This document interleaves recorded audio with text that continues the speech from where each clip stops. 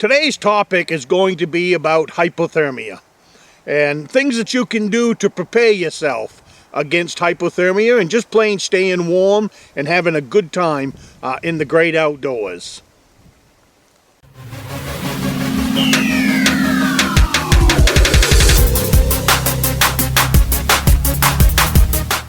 Good afternoon, my name is Tom. I come to you from the great state of Maine.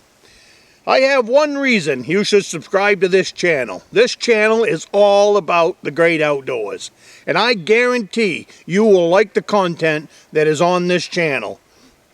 I'm up at the cabin this week. It's just before Christmas. I think my wife said we've got 2 more weeks before Christmas. So it was a good time for me to sneak away and come on up to the cabin.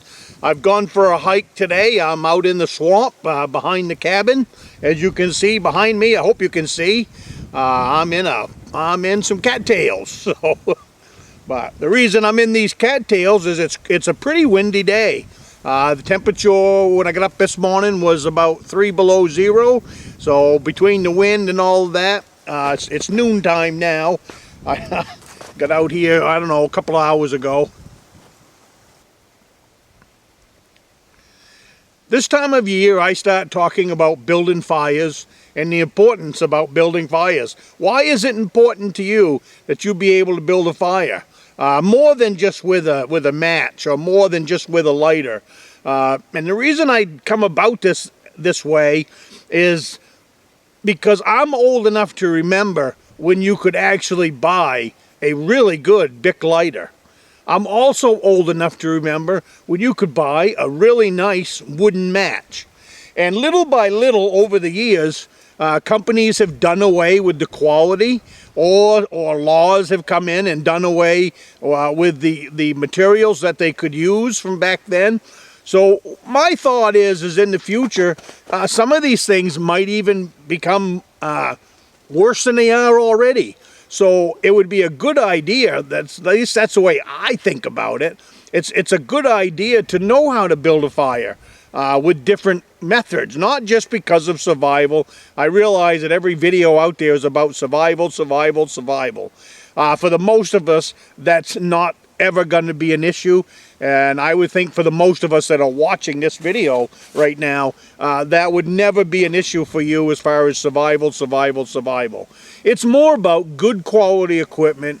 It's more about good quality skills that would help you in a lifetime of survival situations. Not just one, plane crashes and you're the only one that survived and you've got 50 miles to go through to get out to the highway. For most of us, that's never going to happen, especially in today's age. But there are things happening around us that maybe we should take notice of. One of the things is newspapers. Now, I don't know if you have much use for a newspaper, but around the house we use newspapers. We read them, not very often. I'd much rather be out here.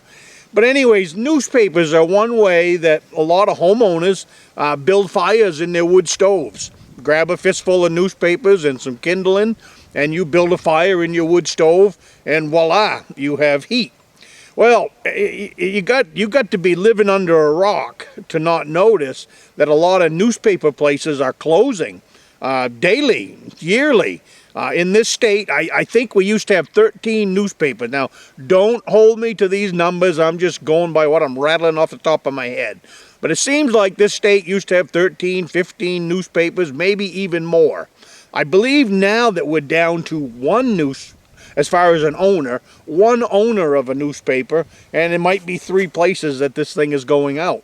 So the newspapers are getting smaller, and I'm thinking that down the road you might not be able to have access to newspapers to help build fires in your home and stuff like that. So if that's the case, that you're building fires with a newspaper, then this video it's right up your alley.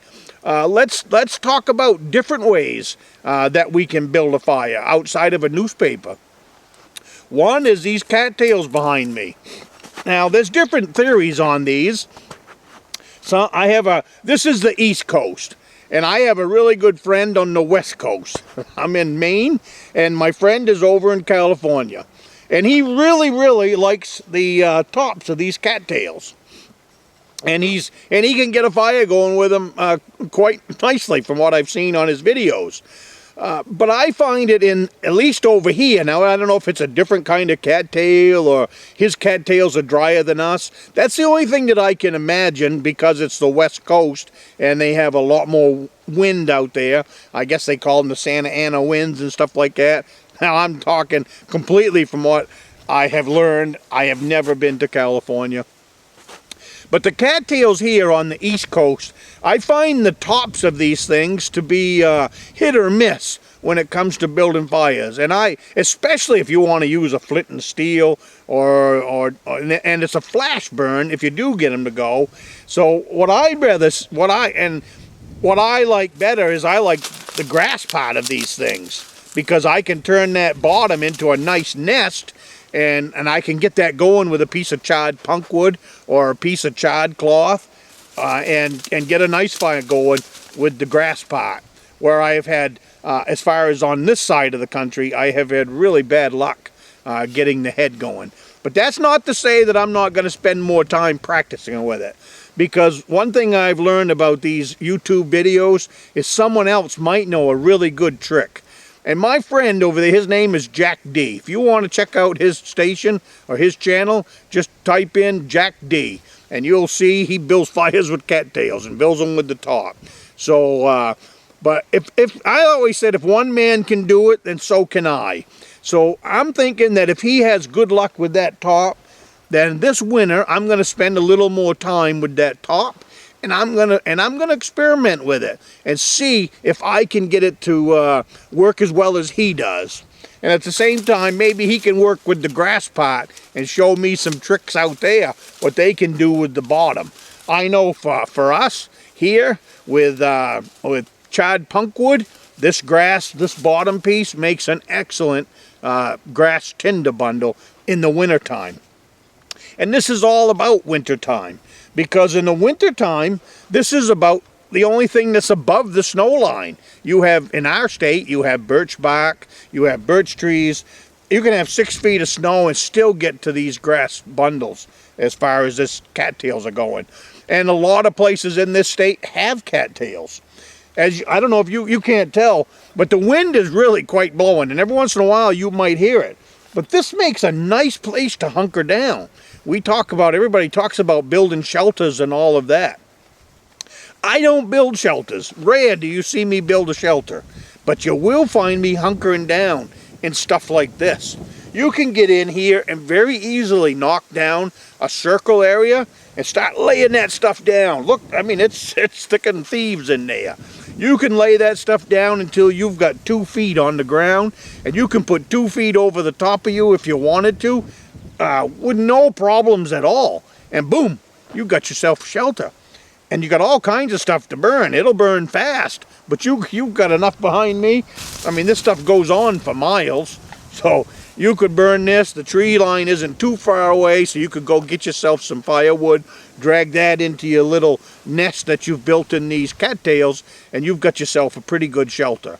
Not a long-term shelter. This is an overnight shelter. I don't spend any time at all on overnight shelters, because overnight shelter means that exactly. I'm going to be there overnight. Any time that I'm going to spend the night, I'm going to get up in the morning, I'm going to get a fire built, I'm going to get warm. If I don't have a fire going all night on an overnight shelter anyways, and in the morning I'm going to move on to try to get myself out of the situation that I have found myself in. That is why when I talk about building shelters, that's why I don't talk about especially an overnight shelter. I recommend against building overnight shelters just because to me they tire you out, they make you sweat, they make you wet. Instead of spending time gathering firewood, you're spending time gathering materials to build an overnight shelter. I know on YouTube that's a really big thing. It looks like a lot of fun. It is a lot of fun, but building forts is not what I'm about, and that's the way I look at overnight shelters. If it's not a long-term shelter, then I don't spend any time on it at all, because I'm going to be up in the morning and I'm going to be moving on. At the end of this video, I will drop you in some links to more topics on living here at the Rustic Log Cabin in northern Maine.